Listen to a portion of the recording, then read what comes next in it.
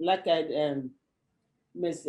Austin to give us our own opinion on the how do we help teenagers with self-expression and exploration while protecting them while protecting them from any long-term negative implications.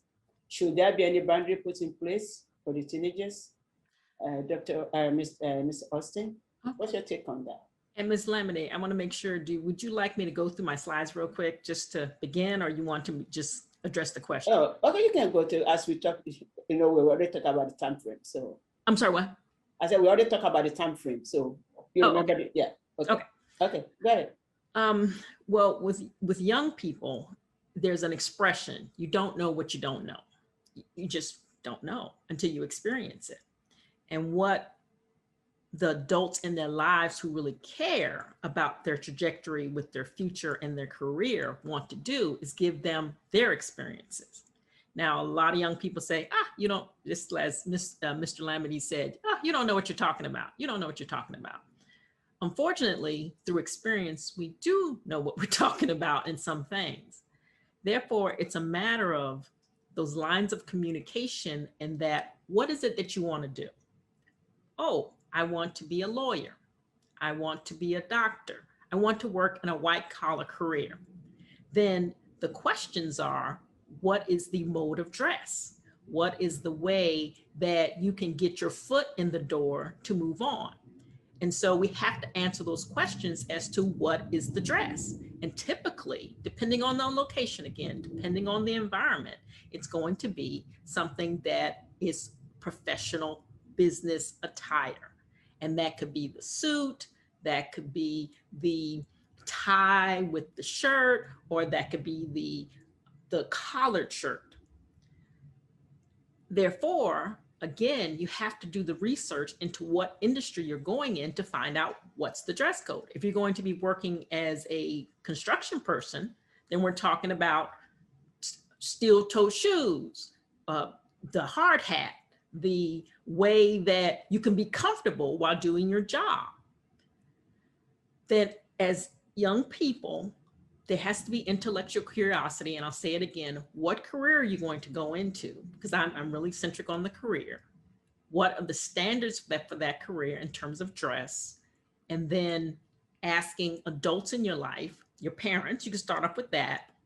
And then also asking mentors, because mentorship is so important. As Dr. Duyele stated, mentorship is so important, getting someone who's in that career field and asking them, what's the dress? What's the style of behavior?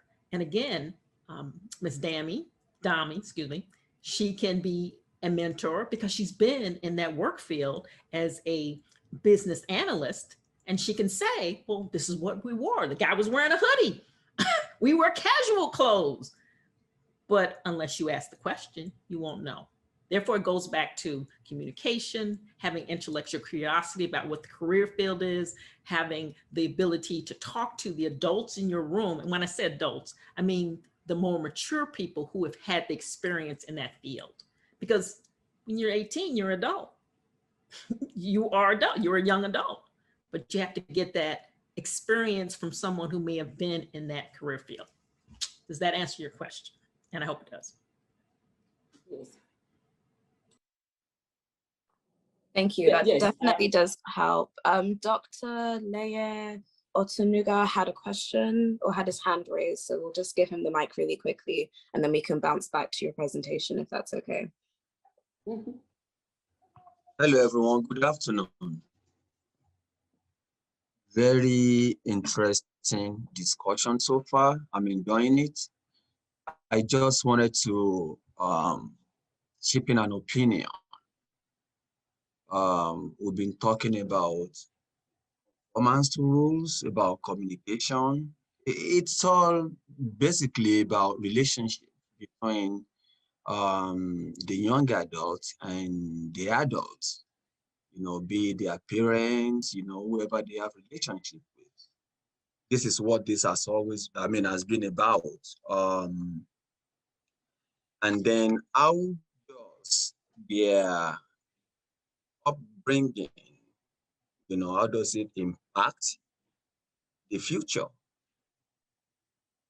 The first thing we want to look at is this, then I'll come to my point. Everything we do is about rules. Mhm. There are rules of engagement. There are norms by which we must live our lives. We are individual, yes. We want to express, yes. We want certain things, to do certain things certain ways because we are younger adults, yes. But in the same vein, we are not an island. No person is an island. Every adult was once a kid and then a teenager. We have all passed through this. And one thing that I hear constantly is, young adults telling we, the older adults or their parents, that look, you just don't understand. That was in your past. Well, I tell my kids, the time is right around the corner. Your kids are going to tell you don't know what you're talking about. They will tell you it's your generation. We want to do it our way. Yes, it is true. The world is in a flux. The world is changing.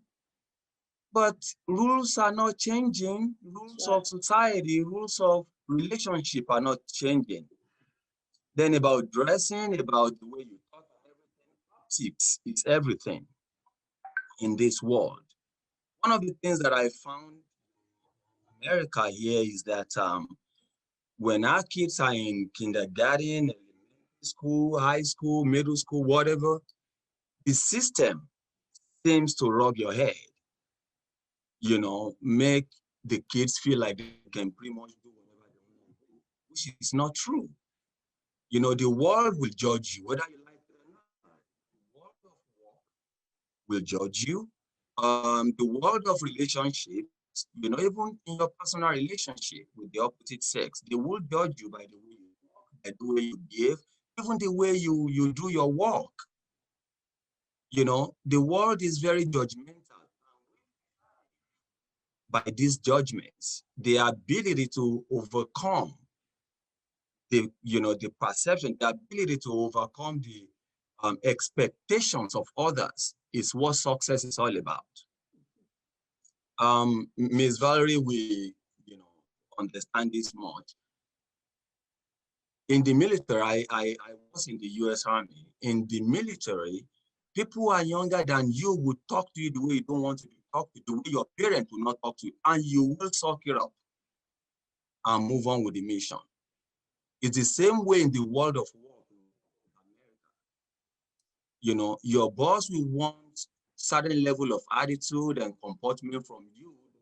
You may not be used to at home. So the point I'm trying to make is this. Yes, the parents need to know their bounds. There have to be boundaries. We have to respect our kids and all that. But then we must be conscious to train and to bring up soldiers, not weaklings who every little word is going to, make them go and be sulking in a corner. Because this culture, this corporate culture in America will eat you up if you are not tough. If you question every word, you question every assignment, you question every instruction, America will eat you up. And that is the truth. We love our kids, we want to pamper them, we want to give them the extra mile, but a lot of the time, when we give them what we don't think we should give them, there is something beating in us, telling us, oh, I should have even allowed her to do that. Like my kids once in a while will say, oh, I want to go and hang out with my friends in the mall. I'm looking at the time, it's 6 p.m. Something is telling me I should not let her go. But then the loving parent in me is telling me, let her go have fun. So there's always that struggle. And that is what parenthood is all about. We've been through it. I watch a lot of forensic files and my kids don't want to hear me. When I see something, I say, come and see. This person was just walking on the road and they have kidnapped her. Look. And they will say, I don't want to hear it. It's a burden. It's a burden on we the parents. You know, the way you talk, the way you eat, the way the kind of clothes you wear. We want everything to look right because we know that the things that we can endure, the society will not endure it for you. They won't. The kids, the parents that you think are your, are your worst critics, they actually endure so much from you. One strike, two strike, three strikes, you are gone. But in the home, you have so many strikes. So the home should be the place for kids to toughen up and understand that what they are passing through, what the parents are passing through is going to be their turn very soon. Very, very soon. Thank you. Thank you, Dr. Leke. I would like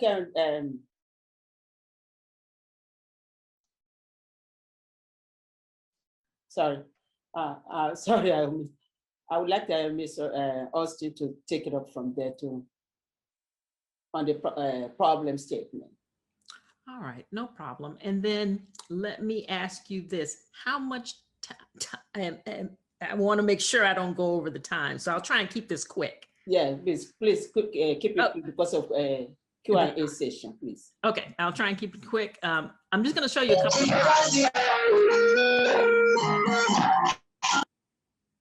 and whoever that is, but please mute.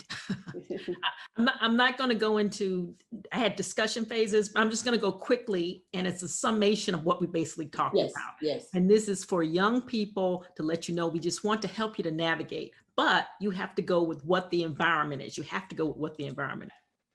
Kodak Black, as you stated, tattoos, normally for artists, normally for actors, normally for prisoners. And he probably is making a whole bunch of money. He's probably the CEO of his own company. But if he were to walk out today and want to work for another company that does not have that type of corporate structure where he's in finance, he's going to be a lawyer, then it would probably limit in terms of what he does. And so to give you another example, if you'd like, I don't mean to cut you off. Kim Kardashian became famous off of a sex tape. She became famous because of porn. Now, ordinarily, you would think that that's a career killer, but now she's off becoming a lawyer and like setting people free from death row. So it's more like we do recognize that there are things, institutionalized issues that are put in place that prevent especially young Black people from progressing. But I think there's a different attitude. And I think maybe the old school mentality was, let's conform and let's survive. But I think the newer generation's attitude is, instead of conforming, you are going to accept me for who I am because I know what my rights are.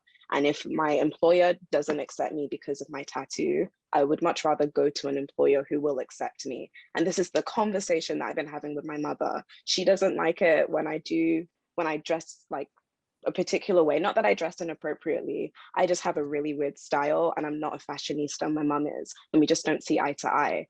It doesn't necessarily make me wrong or my mother wrong. It just means that we don't see eye to eye. And I think younger people are more in tune with the fact that people are different. And maybe it's because we grew up in the era of diversity and inclusion. I don't know. But younger people are more in tune with that than the older generation. So whilst we do see the merit in what's being said to us, it can be interpreted as judgy. And it's really difficult just to navigate that. And again, I'm just here to present a young person's perspective. So what are your thoughts? And my thoughts on that are, again, Kim Kardashian is an artist in terms of she was in a sex tape and she's had a reality show. The average person who is going into an environment has to read the room. They have to know the environment. And I'm not saying you shouldn't do this. I am saying it's your choice to find out what is happening in that company, what is happening in that industry. And if it is something that you don't find that it helps with your self-expression, then yes, go someplace else because you may not want to work for that company. And if you find that you don't want to work for that company, then become an employer and employ people to have the environment that you want. And that has happened with a lot of startups.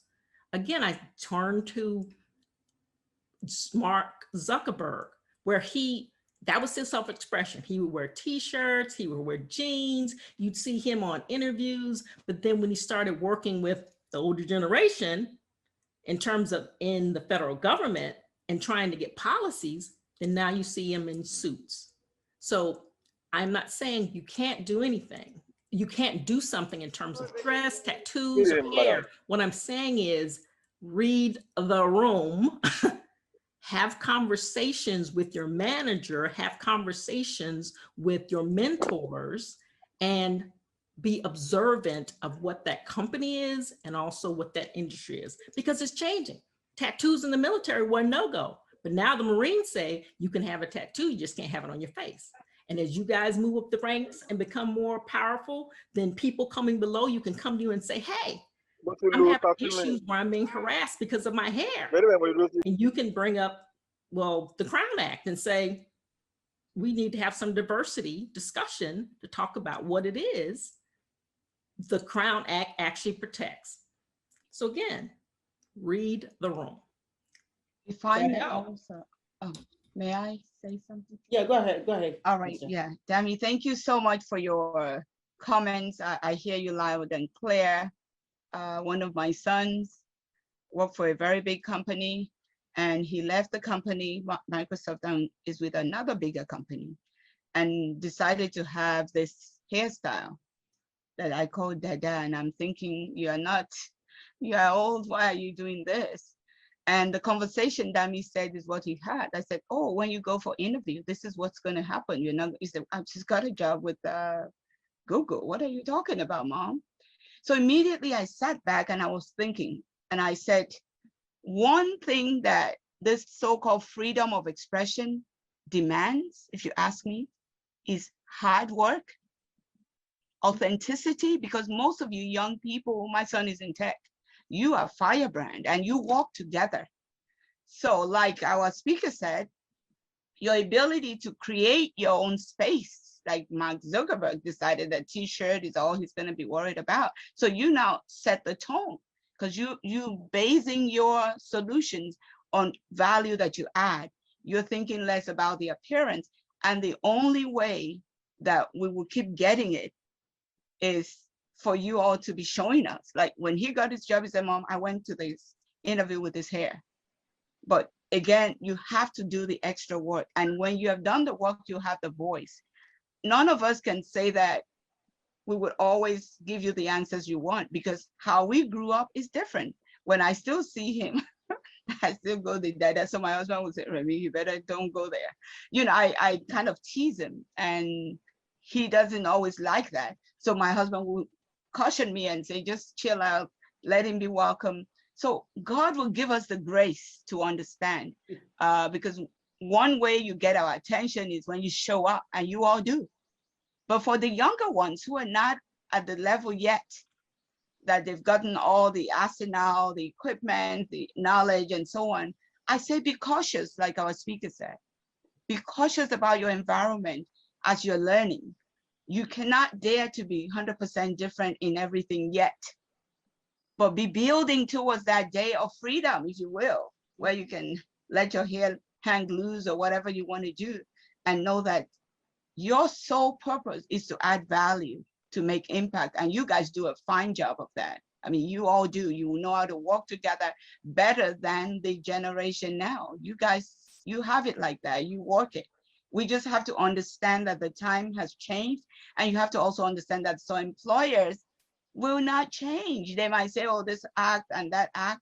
Some of them won't change. So if you know you're somebody that has your individual personality, thank God my son is in tech. I guess tech has let it go since Mac went there and did everything to make it easy. But if there's some positions in some places that won't bulge, I don't see how the law field would have people looking all over the place, like the usual professional look. So we will learn, Dami. We are trying. It's hard to learn, so it is for you to learn from us. But just understand that the best we want for everybody is always the best they want for themselves, and even much more.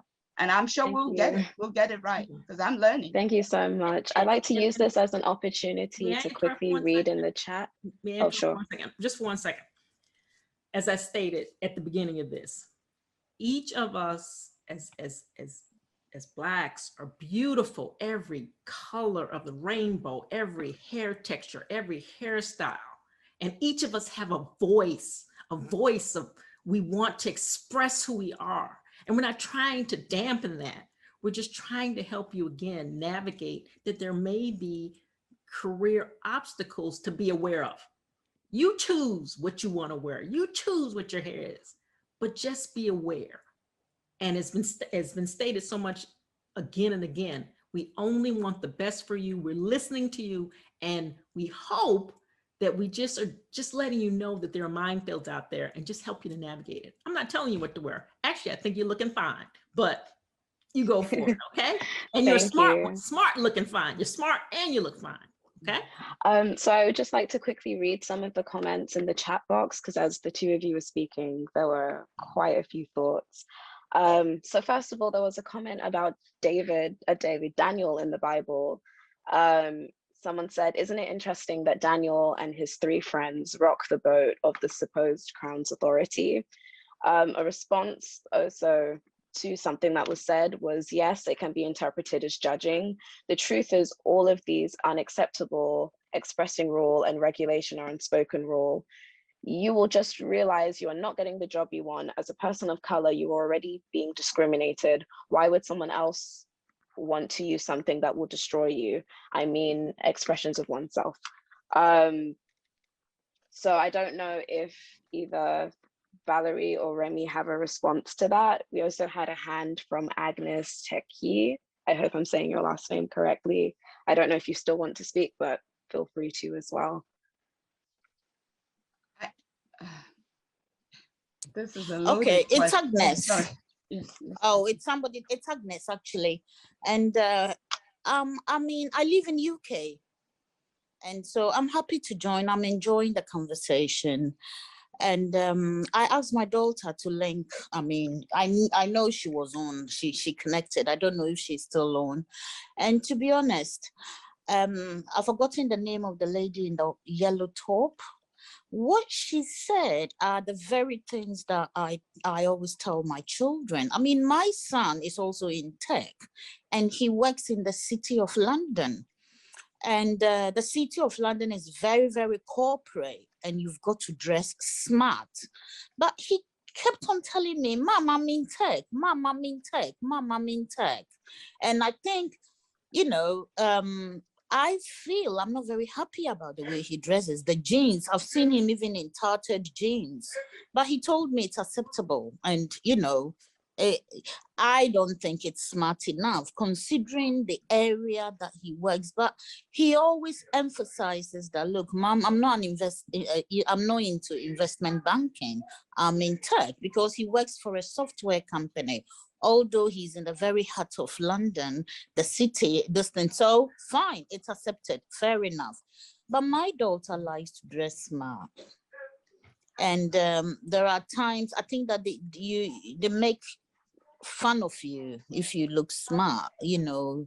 I like it when you dress and maybe a blazer, you have a blazer on, your hair is neat and nice. I don't like tattoos and all these things, you get what I mean? And so very often people have their preferences. I think for an interview, our lady in yellow was spot on, because we are discriminated against.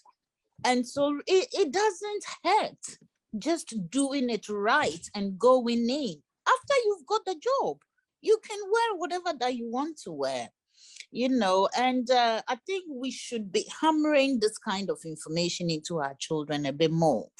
I mean, I'm a civil servant and I can go to work even with my head covered like this because, you know, I'm a social worker. I work in mental health as well. And so, you know, the kind of things that I do are a bit different. And as a matter of fact, we tend to even dress down just so we can, you know, our clients can feel very, very comfortable around us, that kind of thing. But I think it's important. It's nice to look pleasant, you know. Too much coloring, have all sorts of hairstyles and the tattoos and things. It's really affecting some of our children and their job choices. I must admit. I know people in investment banking. My niece have had a few interviews where they didn't take somebody because of so and so and so. And you know, why not? I think that we should do it right. If you're in there, if you are in there, you have you can do whatever that you want. At the end of the day, who determines what is right? You know. Thank you. Thank you, sis. And one thing about the IT, the tech world, it depends on and I've said that in the present, it depends on your customer service, customer face-to-face, the frequency of it and the type. If you're in technically I used to work IT, you're in the back working on computer systems. Only time you see customers is if you're the person in the front who is trying to sell you something, or maybe you're going to fix things, but you're lifting things. You're under the table or under the desk trying to hook up cables. It's a different environment. So you have to understand what the work environment is. I have to keep saying that because people misinterpret. You always have to wear that. No, look at the people who you're working with. If in some instances, the parents were to see what the other people wore in the IT field, they'd be like, that guy's wearing that. He's wearing those jeans, or she's wearing those jeans, and she's this. So again, it's the environment and it's the interaction with the customer. So I have another question from the perspective of a child. So as the last person before Valerie spoke has mentioned that they've stated what they view as formal. And also, Valerie, you had your slideshow where you showed what business casual is versus formal versus et cetera, et cetera. One thing you noted was that business casual is not jeans. However, from observation, maybe not by written rule, but from observation in the Middle East, business casual can be dark jeans if they look black. So my question also for young people navigating this, mind you, we have no work experience. Maybe the work experience we have is maybe like working in like fast food or in retail, where we haven't actually had to, maybe the uniform we wore was like a fast food uniform, not like a suit and tie type of get up. How do you now help young people navigate that, given that even within a company, maybe different people have different interpretations of what formal is versus business casual versus semi-casual? How do you now help the youth? Because I think the other thing is that the youth are confused. Some people also view dress codes as classist, because if you're from a poorer background, maybe you can't afford a suit. Does that mean that you can never be an investment banker because you don't look the part? Because what some people hear is, you know, if I don't wear a suit, I can never be this because people will judge me before I get there. And I think the other concern that young people have is that, like, a lot of us are graduating with debt, and we don't want to have to think about like what we're going to wear pulling up to an interview when we're already worrying about so many other things as well. And we would hope that our employers are looking for talent and not looking for people who look good. And so the conversation about dressing then becomes less important to us because we're focused more about merit than about appearance. So that's a lot of questions that are fired at you, Okay. but go for it. Okay, I'll answer those questions. First question, if you're unsure of what the dress code is, business casual, look around you and see what everybody else is wearing. Ask your mentor, ask your manager. It's a valid question because you want to be able to wear the uniform. And when I say uniform, what is everybody else wearing? So ask the questions, communicate. Oh, I saw that people were wearing black jeans. Is that okay for casual Friday? Business casual Friday? Yes, you could wear black jeans, or you could wear blue jeans because that's what we consider business casual. So ask the question. Second question, I brought that up before. A wardrobe can be expensive. but you can buy nice pieces that you can mix and match. And you can wear the blazer. I have a blazer that I can wear with my dress. Because sometimes in corporate offices, and it can get cold. I have a blazer that I could wear with my dress, or I could wear it with my skirt and blouse. And so one or two things, well, maybe 3 or 4 things that you can mix and match. I have a couple of nice blouses that I could wear with the same skirt that I have 2 or 3 skirts and make it look like a different outfit. That's what people do. So it's possible to have a wardrobe that you don't spend a whole bunch of money on. It's just getting selected nice pieces that you can mix and match.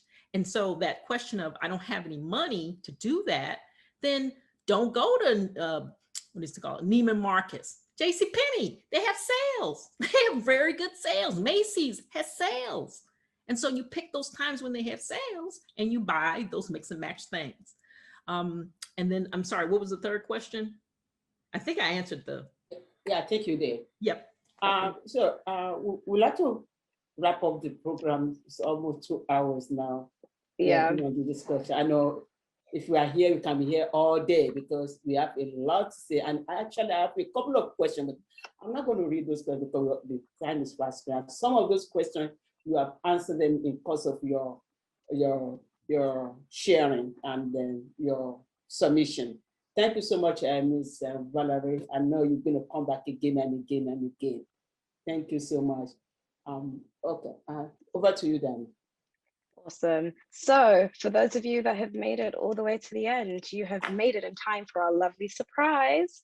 Miss Valerie has kindly donated one of her books to be given as a giveaway. So inside the chat, I will drop the message, which has the link for our survey. Let us know what you thought of our session today. Please also include your email in the survey if you would like to be included inside this raffle or giveaway. And you will receive an email from the View Lounge by the end of tomorrow, letting you know if you have won this prize. And the prize is the Student's Comprehensive Guide for College and Other Life Lessons by Valerie R. Austin. I know that it's a wonderful book. If it doesn't just benefit you, will also benefit your kids. And I really do encourage you to let us know what your thoughts are. And if you have any stories, any topics, any ideas, please feel free to email us at info@views-lounge.com. I will also include that in the Zoom chat as well. And I will hand it over to Mrs. Lamidi. Thank you, Damien. Thank you so much. I would like to thank everybody, all of you, as well as the returning viewer. Thank you for joining me again. And also my sister Agnes, all the way from London. I'm not supposed to be in bed, but thank you so much. And thank you for your contribution as well. I thank you, every one of you, my husband, and each one of you that is on the platform, right? Even the people that have left. I appreciate all of you. I thank you, the speakers. I thank you, Ms. Valerie again. I thank you, Ms. Dewey. Ms. Dewey left because she has another commitment she needs to attend to. So she left. Thank you all. Thank you so much, Dami. Thank you, Sheyi. I appreciate all of you because it's a teamwork. It's a teamwork. We come together to do this so that we can bring out the best for you guys. Thank you so much. And also, I'm going to remind you again about our social platform. If you have not subscribed, please subscribe. We are on YouTube and we are also on Facebook so that whenever we have anything coming, so we get notified quickly instead of waiting for the flyer or the invite. So we get notified quickly. Thank you all. And I would like to end this session with this quote. And some of the young ones, they are not here though, but I think the parents will pass it across to me. The quote is from John Maswell. He said, "You have to know who you are to grow to your potential, but you have to grow in order to know who you are." You have to know who you are to grow to your potential, but you have to grow in order to know who you are. So that is John Maswell quote. I think it go for to encourage the young ones out there that are listening, and those who are going to listen later, watch the video. So they have to know who they are. They don't need to conform the peer pressure, you know what happened to Stanley. And you also know the story of Olumide. So they need to know who they are. They need to know who they are. They need to bring the best of the nations that are waiting for them. Thank you all, and bye. See you next time.